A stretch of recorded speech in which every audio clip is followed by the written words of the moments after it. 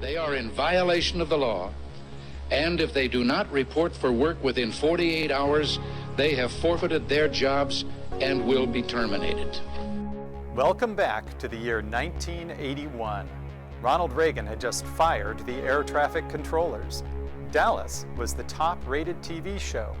We listened to our music on big vinyl platters, and Google was just an obscure mathematical expression. And the best picture of the year was Chariots of Fire, a story about a bunch of runners at a stuffy old British school. Meanwhile, another team of runners was racing to open a decidedly unstuffy new school on the east side of St. Paul. I think the commitment of two individuals in particular to venture out and to start a school like this, and then to bring in so many wonderful people to help them. But then how we all worked together, that was phenomenal. It didn't make any difference what Bob and Lois asked us to do. We did it. Bob and I promised ourselves we'd keep going until the door slammed shut in front of us. And a lot of times the door would go back and forth, and then we would meet somebody else who would know somebody else. The pioneering effort of so many people is truly still amazing. The biggest challenge at first was to find a location. We were stunned to get the school as being available. We were stunned by how it was built physically in terms of how that fit for a new school. You know, when we were having problems and I was the treasurer, a lot of times I would just come out and stand in the hallways and watch the kids, because every time you did that, you could see in their expressions that it was the right thing. And it made all the problems worth it.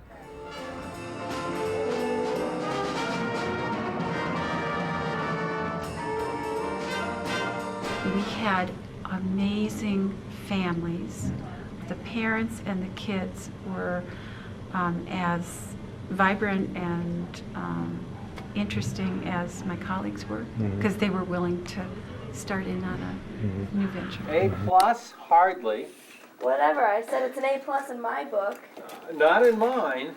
Bob was very ethical, and I had assured him that I was leaving Breck at the end of that year. He didn't mention anything to me about the school at all. Yeah. We were just out watching a Bears-Vikings football game, very social, and he just asked me if I still planned on leaving Breck at the end of the year.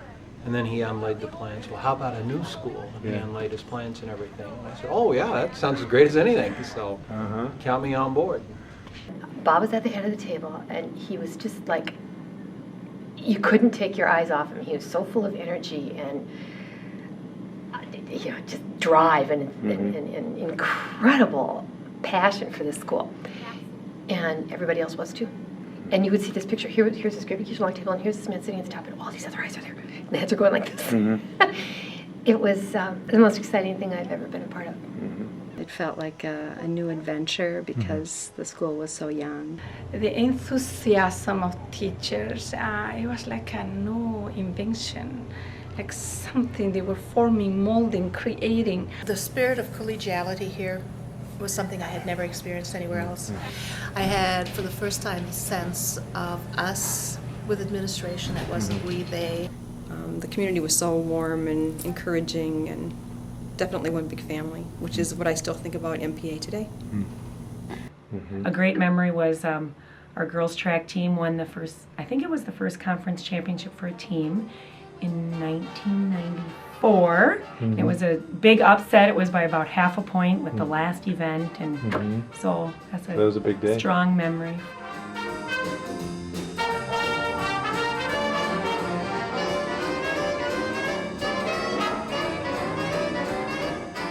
Walking into the building and not having even one ball or net or racket or anything, and a very, very small budget to work with.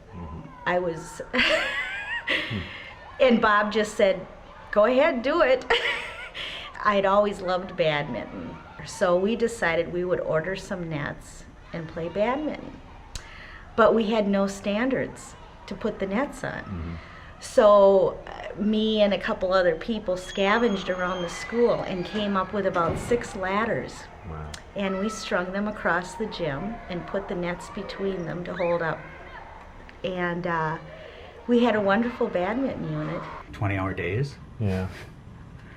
7 days a week. I think we had a burst pipe. We all came in on Sunday and we cleaned up. I did the accounts payable, the purchasing, and Becky Dandria did student billing and payroll. And we shared a Commodore computer. So, I would have the computer 2 days a week and she would have it 3, and just things like that. It was a lot of fun. I wasn't paid for the first 6 months. And I remember my first day of being in here and meeting with those students. Sharp reality of coming from a public school where there were bells and suddenly we have no bells, and just how the free flow of students from class to class. You know, the school was so small that when a teacher had a test and they weren't quite done, they just kept them and then sent them on to the next class, and the next teacher went, okay, and so that's how the day went. I think it was because we were so small that we were always together. A package would arrive for someone and all of us would always know, and we'd go trooping down to that person's room, all of us waiting to see what it was. We were so giddy that we started this new thing, and so, I don't know, overwhelmed with the possibilities, I think.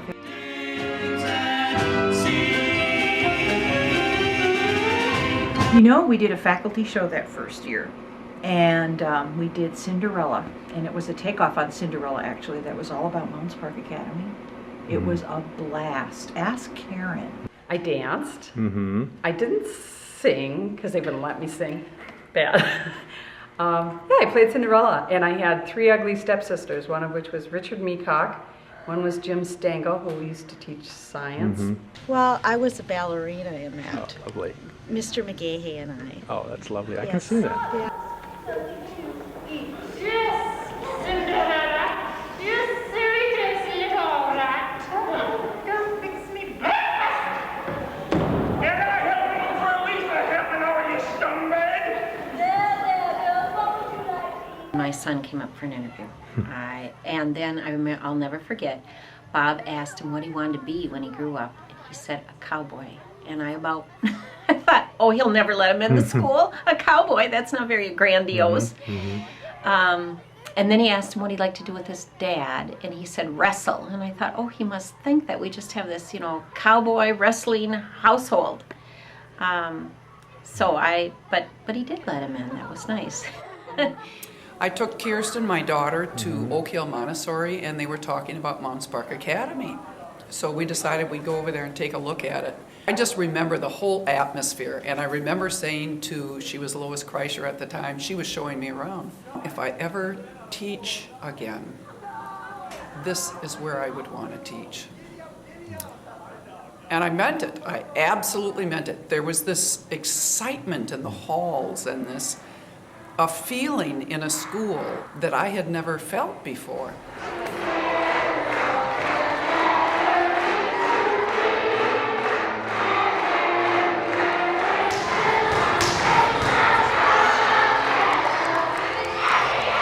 I certainly remember a lot of you guys. I think about you sometimes for different reasons. Sometimes names pop up, and I know some of you are about 30 years old now, which I found that's kind of bizarre. Some of the kids stop back. It's an odd thing to me, but I enjoyed my years here, that's for sure, and still do. And I hope you're all doing well. And don't be afraid to send an email. It's been 10 or 15 years, and if you wanted to contact me, I'd love to hear from you, and I'll reply. Over the years, I have heard back from students once they get into college, and I've just had a lot of affirmation for what they got out of MPA and what they got out of my classes, and I think that's really helped me stay. There is no place that I would rather be teaching than Mounds Park Academy. The supportive arts, that's really key to me. I have interest in mathematics and also in technology, and this school has afforded me the opportunity to work in both fields. Everybody's very respectful and nice to one another, and parents are nice and as helpful as can be, and everybody seems to get along well, It's fun to be able to come to a place where you love what you do. I'm just amazed I'm still here and still vertical and still feeling passionate. And the magic has just changed and shifted, but it's still here. There's something so special about this place, what it stands for, how it's grown up, how we've all grown up together, and I don't know, it's home. The world has changed a bit since 1981, and so has MPA. We have more students, wonderful facilities, and new faculty and staff who have joined the pioneers who were here from the beginning.